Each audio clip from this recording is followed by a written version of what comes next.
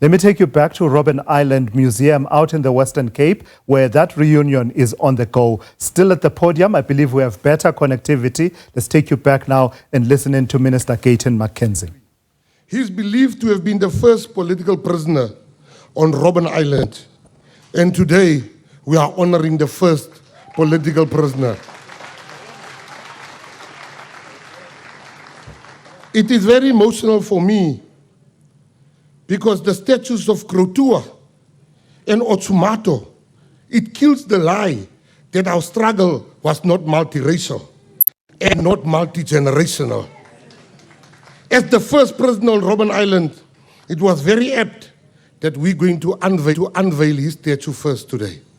Krotua, called Eve by the Dutch, was Otsumato's niece, a Khoi woman whose impact through her descendants is still felt to this day. Allow me to stop here. If I'm not mistaken, former Deputy President, your grandchild is called Krotua.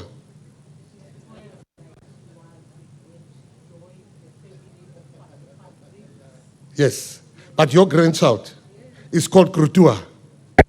I can't tell you the joy. I was sitting last year I was sitting next to the former Deputy President, and she was, "Hello, Krotua." I'm like, is she speaking to the dead?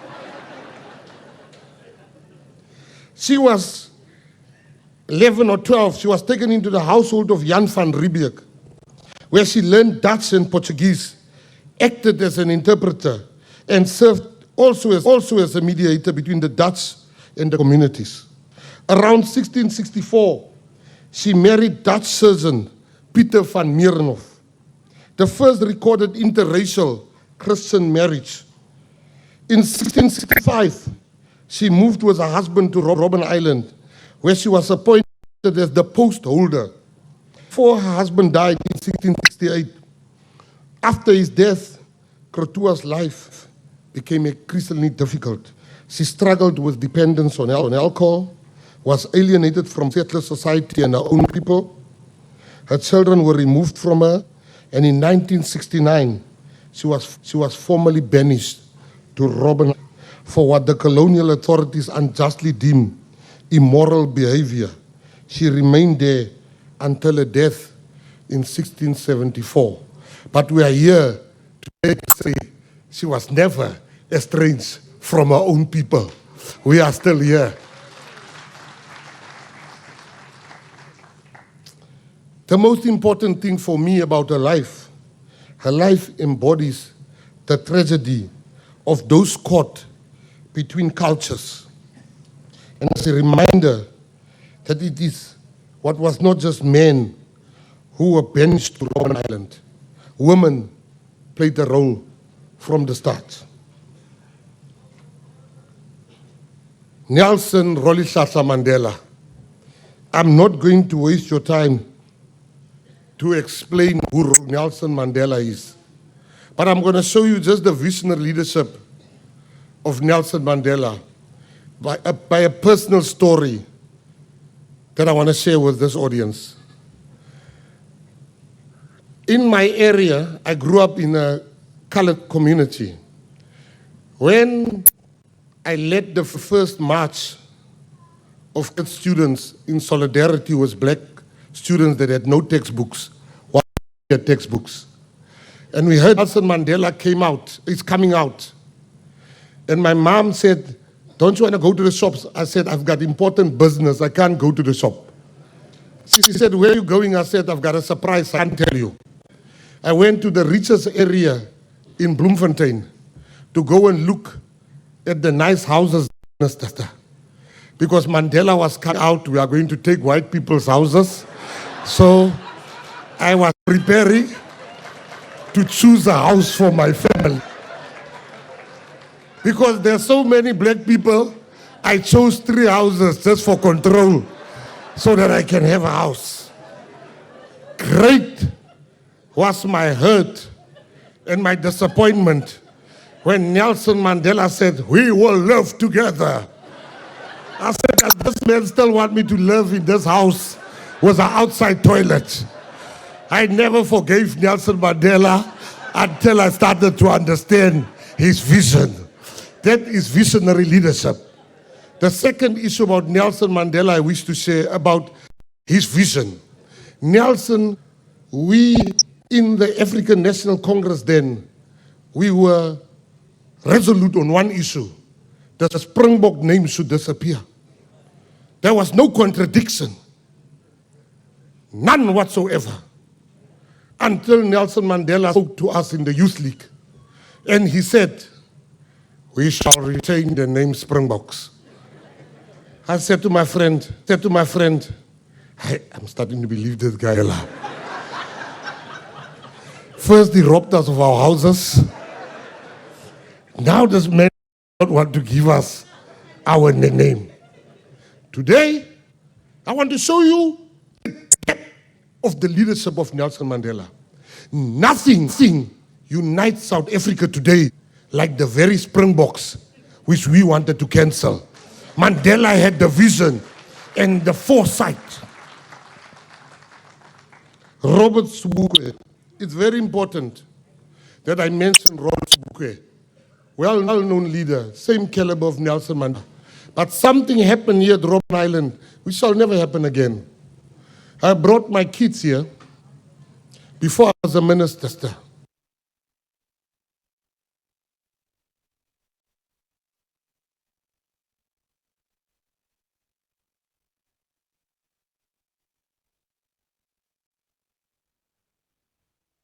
All right, having a bit of difficulty there with the connection to Robben Island Museum out Western Cape.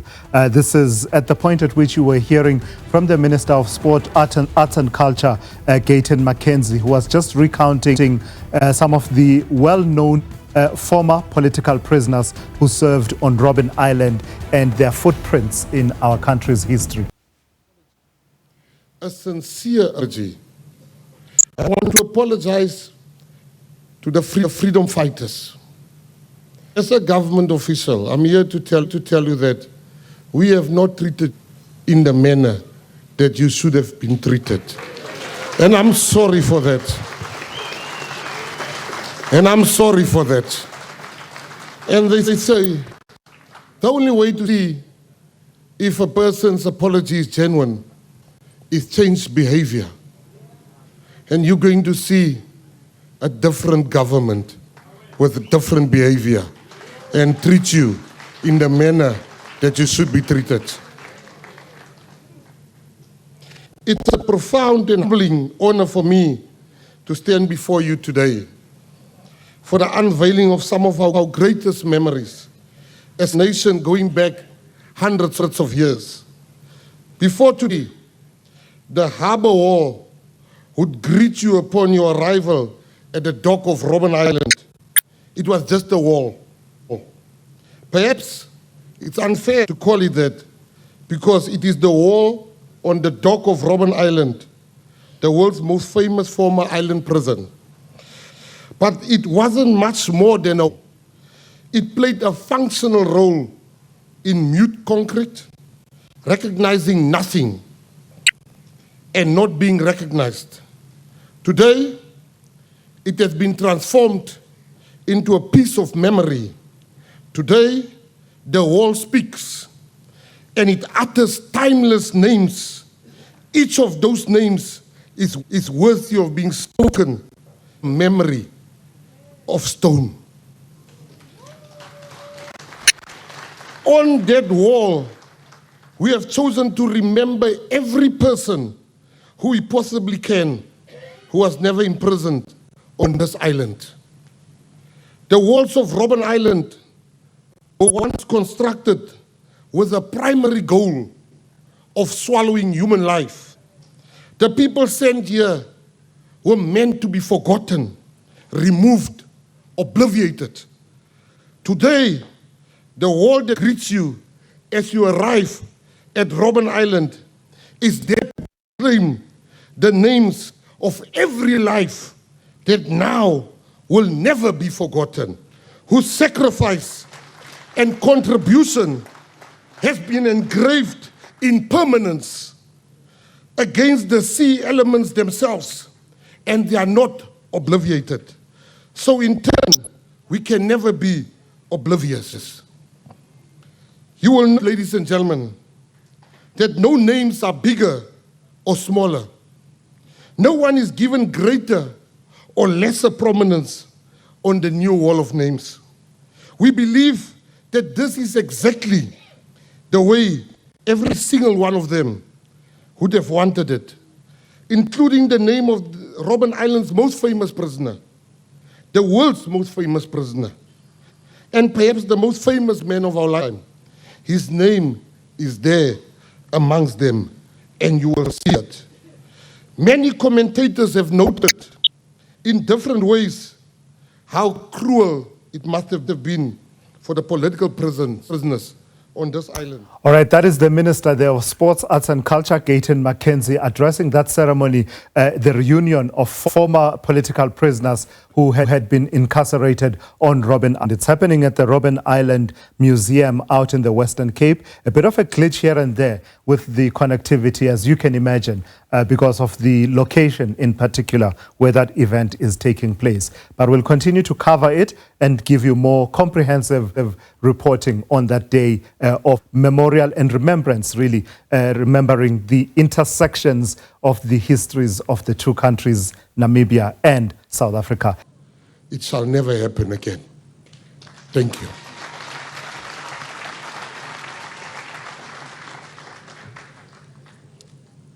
I was in, my dear friend and minister invited me to, and I'm going to talk about her now, I'm going to talk about her at the end. My dear friend and minister invited me to Namibia. Namibia, I was so impressed with what I've seen in Namibia and how they treat their fighters and how they remember them. And I met the family, Toivo, Toivo. I met his wife, I met his daughter. And I remember his daughter said to me, it was such a spiritual thing because the guest was showing me the graves, but we haven't been to his grave, and I didn't know how to ask. And the daughter came to me, she's like, would you like to see my father's grave? I said, yes, please.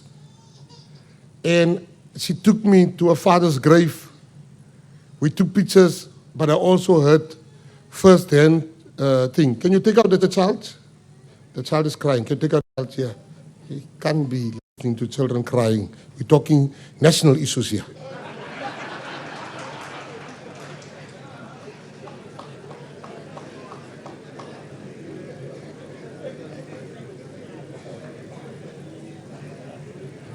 Andimba, Toivo ya Toivo.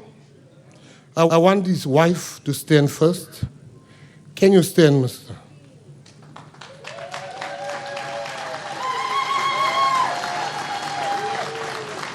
Please remain standing. Your daughter, can she stand?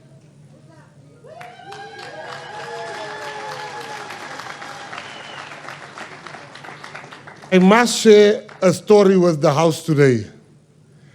I was not a political prisoner. I was the other prisoners that would sell stuff to the political prisoners. We would sell newspapers to them. You know, if you were a prisoner in those days, the joke was, hi, but these political prisoners, they are dumb.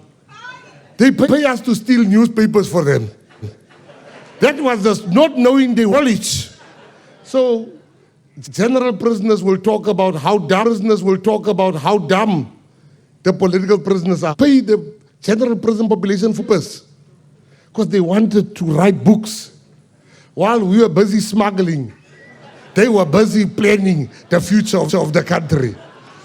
So I grew up in the gang areas and gangland. So I went to Namibia. I got to Namibia, I must share the story. Now, as a person that's in gangsterism, people are asking for photos with me in Namibia. And now people, the first picture I take, I see they're making gang signs. Yeah, man, you know, at first I'm like, I'm not going to worry. But after the 10th picture, I'm like, hi. Hey, Namibia is full of gangsters. Then I met the daughter of Andimba, Toivo. And she was telling me about her studies, what she does. And she said, can I have a picture with you? I said, yes. And then she also made a gang sign. I'm like, aye. I said, are you a gangster? She said, why? She said, I said, yes, that's the sign everybody makes. And she taught me the Namibian sign. This is the Namibian sign. It's not a gang sign. So thank you for that lesson. I was very shocked because I know Ocean.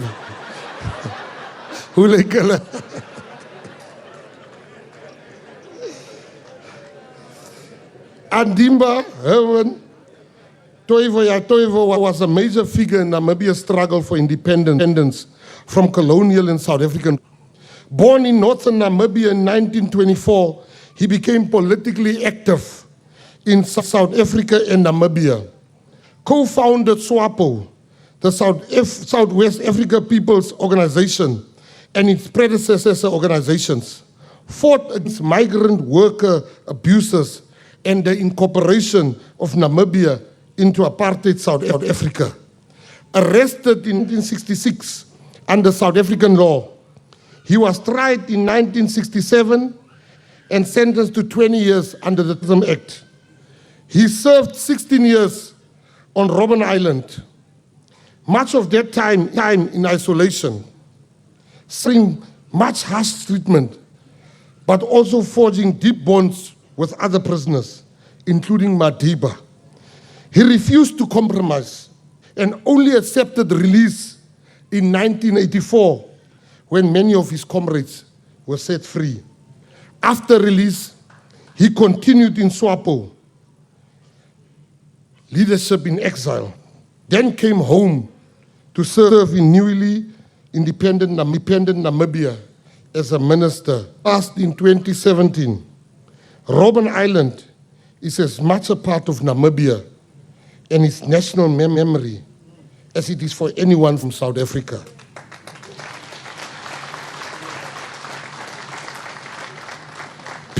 People from Namibia suffer equally as people of South Africa. To the Namibians, I want to say to you, this is your home, away from your home.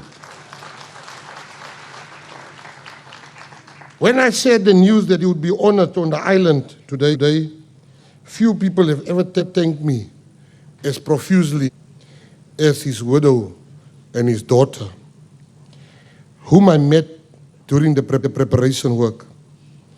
Statue here speaks of many things, but most importantly, what it speaks the loudest about is that Namibians and South Africans are brothers and sisters. We fought together, we died together, we imprisoned together, we attained freedom together, and nothing can ever separate the Namibian and the South African people. I thank you. Khotso Siatlulo. Our final statue is of the firebrand youth leader, Khotso Siatlulo. Born in 1958 in Soweto, he attended Naledi High School during the Soweto uprising of the 16 June 1976. He was deputy president of the Soweto Student Representative Council under Tsietsi Mashinini. When Mashinini went into exile, Siatlulo took over leadership of the SSRC. He survived being shot during the protest and fled into exile in Botswana. He made secret return into South Africa to organize students under the banner groups such as the South African Youth Revolutionary Council. In 1981, he was arrested under the Terrorism Act and sentenced to 15 years imprisonment on Robben Island. Released in 1990 during the political transition, he emerged in a country moving towards democracy, a relatively quiet life, and died in Soweto in 2004. We must never forget how so many young lives were spent and lost in the struggle, and how the name Khotso Siatlulo, a member of the Pan-Africanist Congress of Azania, stands for the fight and the sacrifice of the youth during these difficult days and those difficult days. To all the former prisoners and the families of all the former prisoners, your great-grandchildren will know of your bravery. They will know of your sacrifice through the names on that wall and the statues that brings to life the human reality of the people who were sent here. Today, I can tell you that we have more great plans for Robben Island to make it not only one of the most visited museums in Africa, but one of the most visited museums in the world. Say something, you never wash your dirty linen in front of your guest, but there are no guests here because the Namibians are the same house as us. When we put this together, I saw ugly scenes amongst ex-political prisoners. I saw people, Johnny-come-latelys, that called me, "Minister, I hear you are busy with this, stop it, those who don't represent me." I said, so let the ones that represent you do for you what you want to do. Those leaders waited for months to get an interview, a meeting with me. And today, I want the chairperson to write. And I want Masemula and them that came to my office to rise. Can you please rise? Dankie Chair. Dankie Chair. Can you please rise, Masemula? Yeah. I want to tell you, many people, they want to eat the cake, but they're not willing to go and look for the ingredients to bake the cake.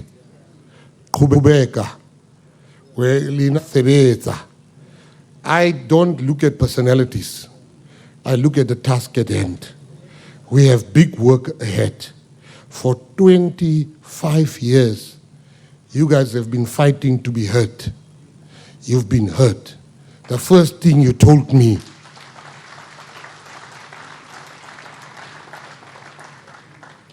when I presented my report to President Ramaphosa of having met you, he said, don't waste time. We don't have time. We don't have time. Don't waste time. We don't have time. Go and do, start with all the stuff that the veterans want and the freedom fighters. So I would love to stand here and take all the praise. But my president has given green light. Giving a guy like me a green light is a big mistake. I will run. So if we are not doing, you must know the president has given us the green light. And he said, we must do everything in our power to immortalize each and every one of you. And I want to thank President Ramaphosa, if we can give him a hand of applause.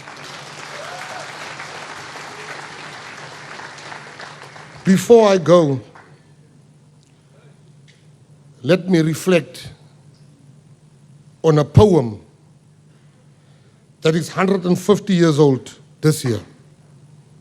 That poem by William Ernest Henley called this, was one that Mandela and men used to laugh on this island. They would read it out to each other as encouragement. And the former prisoner and freedom fighter, Mlangeni, read the poem here in 2018 on Robben Island in tribute to what it meant to them. That was the occasion of Madiba's 100th birthday. I'd like the words of Invictus to be heard again on Robben Island one more time. Out of the night, that covers me, black as the pit from pole to pole. I thank whatever gods may be for my unconquerable soul. In the fell clutch of circumstance, I have not winced nor cried aloud. Under the bludgeons of change, my head is bloody but unbowed. Beyond this place of wrath and tears looms but the horror of the shade. And yet the menace of the years finds and shall find me unafraid. It matters not how straight the gate, how charged with punishment the scroll. I, master of my fate, I am the captain of my soul.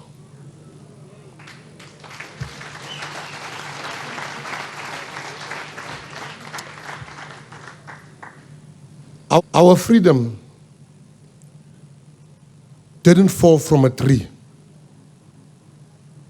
or came raindrops. This freedom was fought for by the people in this tent,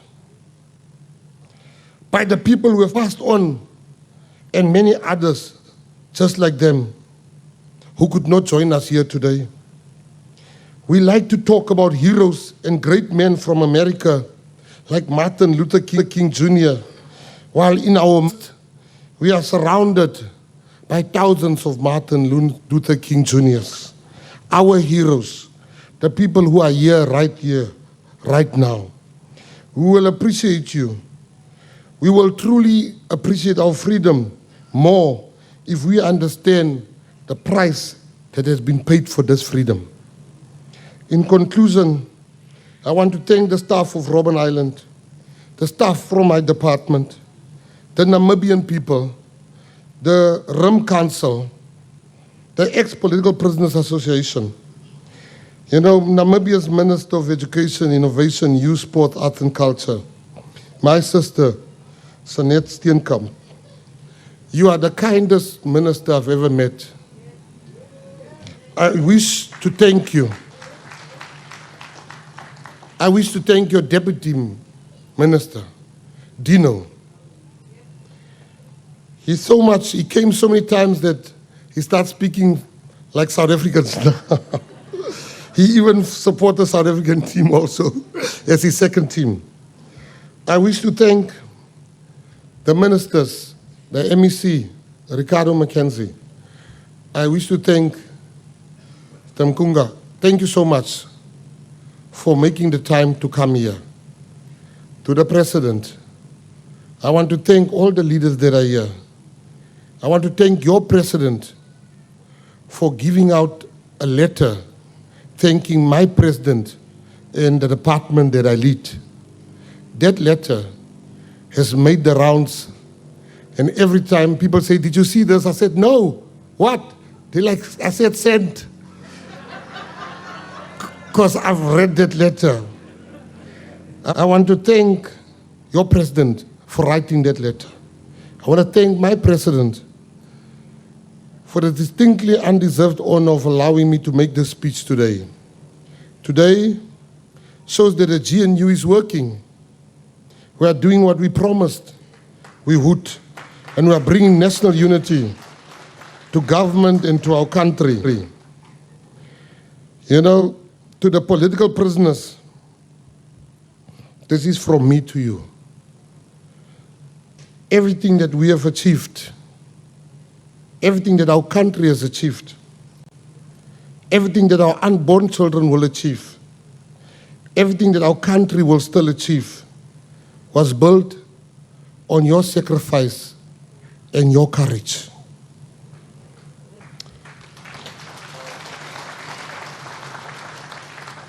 You are our heroes today and for generations to come. We are immensely proud and grateful to you and your families who sacrificed equally with you. Thank you for lending us those heroes to the families. We owe you a debt that can only be repaid by making the sacrifices worth it. To the media, I want to thank you and shout you. Thank you for coming today to this august thing. Many of you have asked me last year at this time. My president gave me an instruction when I became a minister, bring our heroes back. We are repatriating all the 5,000 people that lay on foreign lands. We have brought our first function the same day last year. We brought Duma Nokwe, Maria Moposo, we brought Bethel February, Tot Matikitsa, and 45 of them back. We are busy in Angola now to bring back our heroes. But the reason why I'm mentioning that, today a young journalist was asking me, how much does all of these things cost? My answer to him, I said he must come and listen during my speech. I will tell him how much all of this cost. Flying the veterans here, flying the families here, doing all those statues. I said he must come here and I will give him the answer. And before I give him the answer, I want the people that made those beautiful statues to please rise. I want us to appreciate them. Can they please rise? Can we give them a hand of applause?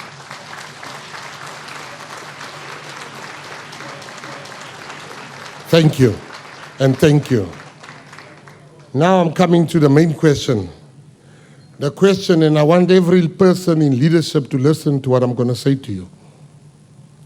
If you have inspirations to become a politician, I want you to listen to what I'm going to say to you. If you're already a politician, I want you to listen to what I'm going to say to you. Listen to what I'm going to say to you. I want that cost to have this. Money can't buy. Money can't buy. You scare ministers into submission. They're scared to take a decision. But Mona, lehambile wrong. You can write about me. I don't care.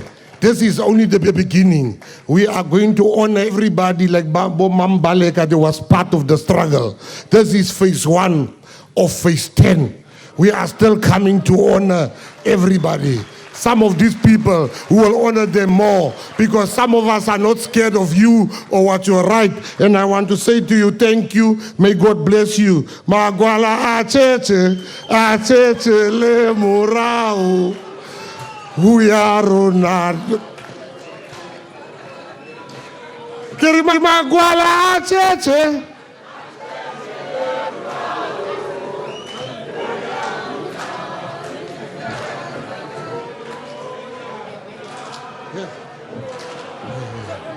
All right, that was the Minister of Sport, Arts and Culture, Gayton Mckenzie, addressing that ceremony out on Robben Island at the Robben Island Museum. It is a reunion of the former political prisoners who had been incarcerated on Robben Island. I'm still reeling, still reacting to how he ended that speech of his, basically addressing a message to members of the media who are asking questions about how much all of this cost.